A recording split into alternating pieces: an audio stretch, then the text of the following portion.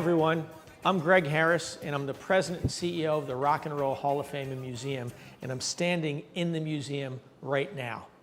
You've all heard about Giving Tuesday. It's the day when we all support charities online. Well, we're doing it all week long, and we're calling this Rock Your Giving Week. So you can make change in this world by contributing to charities that you care about, and of course, we hope that one of them is the Rock and Roll Hall of Fame.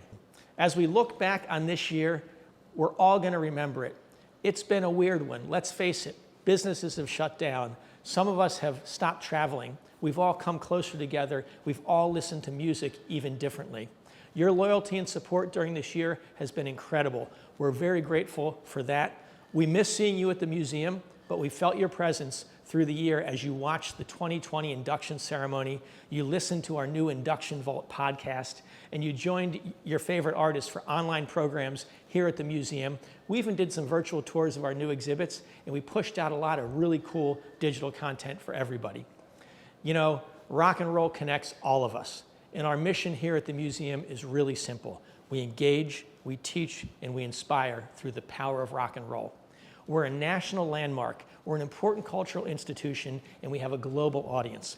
The Rock and Roll Hall of Fame recognizes that in this important moment for all of us, we have an important need to the public.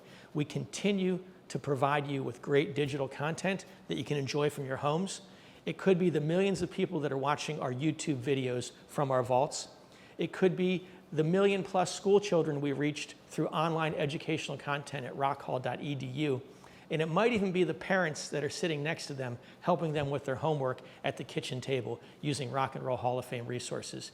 Your support is critical. It helps us deliver on all these programs. It helps us reach these teachers, these kids, these parents, and it helps connect all of us. We hope you enjoy this week. We're pushing out a bunch of special programs for this Rock Your Giving Week, and we want you to participate in them. There's special interviews, special lessons, special learning. And once you enjoy these programs, take a moment, think about what charities you want to support this week for Giving Tuesday, and please consider making the Rock and Roll Hall of Fame one of them. Your support allows us to do things this week, every day through the year, and continue our great mission to engage, teach, and inspire through the power of rock and roll. I thank you, and be well, be safe. Can't wait to see you again. My name is Andy Leach, and I'm Senior Director of Museum and Archival Collections at the Rock and Roll Hall of Fame. The Rock Hall's Library and Archives is located on the Metro campus of Cuyahoga Community College here in Cleveland, about 2 miles away from our museum. This state-of-the-art facility houses the most comprehensive collection of archival and library materials in the world, documenting the history of rock and roll. We opened our library and archives to the public in 2012. It's free and open to everyone, and anyone can make an appointment to use materials right here within the facility. The collections at our library and archives are used extensively by our museum for our exhibits, education initiatives, public programs, as well as by visitors from all around the world, including scholars, authors, filmmakers, teachers, students, and music fans. Our team consists of professional archivists and librarians who specialize in collecting and preserving resources about music history. Our archive storage areas are climate controlled and monitored 24 hours a day, and our facility also includes on-site digitization and conservation labs that help us preserve materials and make them more widely accessible to the public. The collections literally contain millions of items. This includes over 1,000 archival collections that have been donated to us, and they've come from influential musicians, including many of our inductees, record company executives and other music industry figures, radio DJs, journalists, photographers, and important record labels, song publishers, and other companies. The types of materials among these collections include personal letters and postcards, handwritten lyrics and song manuscripts, contracts, concert photos and personal snapshots of artists, posters, flyers, and handbills for concerts, rare live recordings, taped interviews, lighting and stage designs for major concerts and television shows, and extensive footage of our own induction ceremonies and public programs that we've hosted here in Cleveland since the museum first opened. We also have an extensive collection of hundreds of thousands of library items, including nearly every book and academic dissertation written about rock and roll, a massive collection of music magazines, fanzines, and scholarly journals, and over 100,000 records, CDs, and DVDs. Amassing all of these resources in one research center allows our curators and educators, as well as visiting historians and musicologists, to tell deep stories about rock and roll. and to make new connections about the people who created the music, as well as its movements and its moments that have shaped our history and culture. We also want to tell you about NeoSound, which is the Rock Hall's local music preservation initiative. We believe it's very important to collect materials relating to our local and regional musical heritage, so we established NeoSound to collect, preserve, and provide access to archival materials that capture Northeast Ohio's music history. We already have thousands of rare recordings, books, and other rare items, thanks to donations of fans right here in our region. If you're able to spend more time at home right now and you're cleaning and organizing your stuff, please keep an eye out for things like photos, flyers, posters, audio and video, and anything else you might want to donate to be part of NeoSound. We're especially interested right now in videos you might have featuring Northeast Ohio musicians. And if you're a musician yourself and you've hosted any virtual shows this year, we'd love to preserve recordings of those shows and possibly include them in our next Home Movie Day event, which we plan to host next year. So please keep the Rock Hall in mind if you have items in your personal collection that could add to our NeoSound collection. Today, you'll hear from some of our archivists about some expert tips that you can use to preserve your own digital legacy. Hi, I'm Shannon Urban. I'm the audiovisual archivist here at the Rock and Roll Hall of Fame Library and Archives. My main responsibility here is the digitization, preservation, and organization of all of our audio, video, and film assets here in the collection. The digitization of audio and video recordings is crucial. Lots of times these media formats degrade over time. They become susceptible to damage caused by the environment and just normal aging. Oftentimes when we receive a collection here at the Rock and Roll Hall of Fame Library and Archives, the very first thing we do is analyze the collection in its entirety and see if there is any preservation concerns that need to be addressed before digitization. Here in the AV Lab, we have many different legacy playback machines that are capable of transferring analog to digital. The main goal of digitization is to ensure the longevity of these materials for generations to come. The good news is you can actually do some digitization at home. For instance, maybe you have a vinyl record that you think just sounds so much better on wax than it does on a computer. You can buy a USB turntable and digitize it right from that turntable into your computer and get a whole different sound to a song.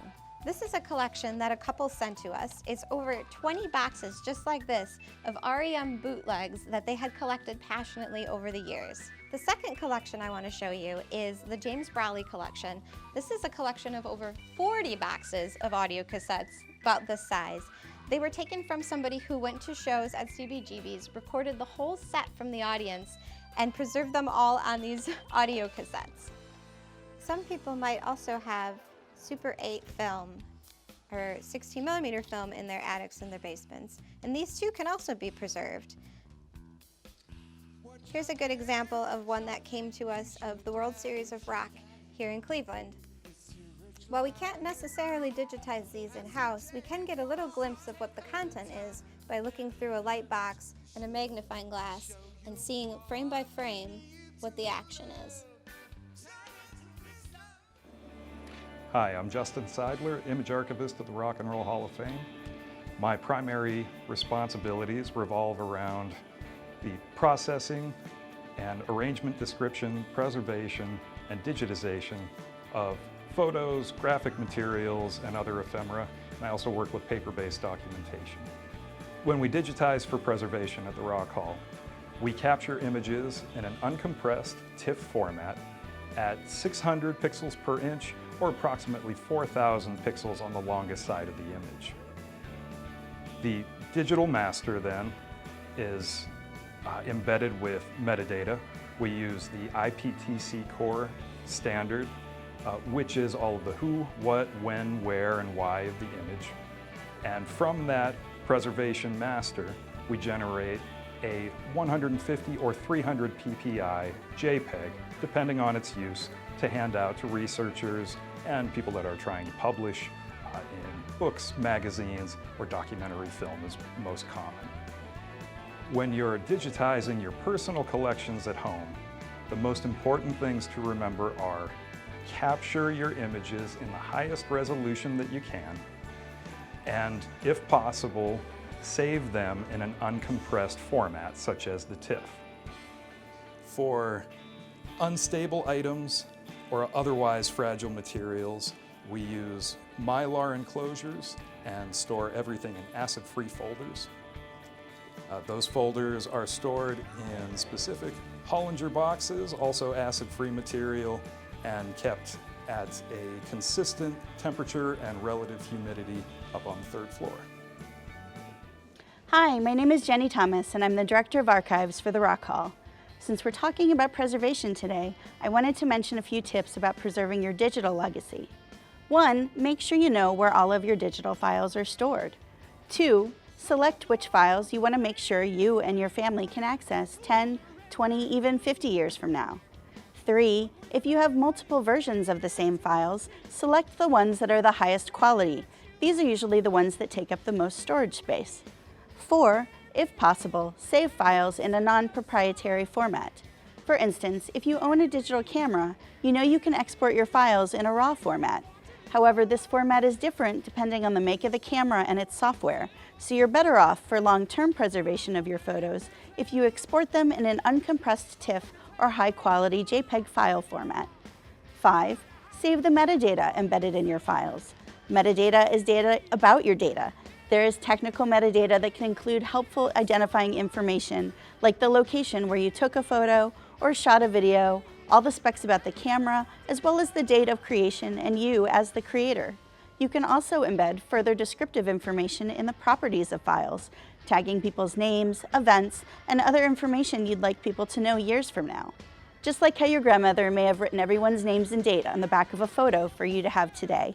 6, if you don't want to add descriptive information into the metadata, simply give the photos short but meaningful names, including as much of the who, what, when, and where as possible. Something like Rick_Thomas Christmas_2019 tells me and others, this is my Uncle Rick at my house for Christmas 2019. Another option to help keep your files organized is a meaningful folder structure. Maybe you have folders listed by year that then include folders by event and date, and then your file names include who's in the photos. 7, I'd also suggest setting a time once a year when you back up your files from the year previous, add any additional metadata, make copies, and ensure that your archived files still work. File formats or the software that make them viewable can stop working over time, and the files themselves can become corrupted. So make sure you test a sampling of them once a year to make sure they can still be accessed, and if you catch them in time, you may be able to migrate them to a newer file format in order to save them for the future. And that's just what you can do with your files. The actual storage of those files is a completely different matter. Here, the 3-2-1 rule is good to remember. Keep 3 separate copies of your files on 2 different forms of storage media. External hard drives are great, cloud storage is easy. If you're ready to store data on the cloud, you should use a service with 2-factor authentication and encryption to keep your information safe from hackers. Also keep in mind that a lot of companies offer cloud storage for free to start, but as you add more content, the prices will increase as well. Make sure you know what happens to your content if for some reason you can't pay or forget to pay. How do you get your files back? And finally, keep your files in at least one additional location, so that if disaster strikes your home and your home computer, your files will still be safe on the external hard drive you keep in a safety deposit box, or at a family member's house, or in the cloud. Now you're ready to go shoot all the holiday photos and videos you want, because you can rest assured your digital legacy will be preserved for many years to come. For more preservation tips, check out our preservation zine available at the Library and Archives website, library.rockhall.com. Your support makes it possible for us to do all of the things we do here in our library and archives. That includes providing access to these materials for exhibits at our museum and for our education initiatives like Rock Hall EDU, and also supporting the work of visiting researchers right here in our reading room. It also helps us preserve our permanent collections for future generations, both physically through processing and conservation, and also through the digital preservation of our documents, photographs, and video footage. Your support will unquestionably benefit not only our museum, but also the study of popular music and the legacy of rock and roll, now and into the future. If you haven't visited our library and archives, we hope you'll do that when we reopen it in the new year. Please stay safe out there, and we look forward to seeing you all when we're open again. Thanks.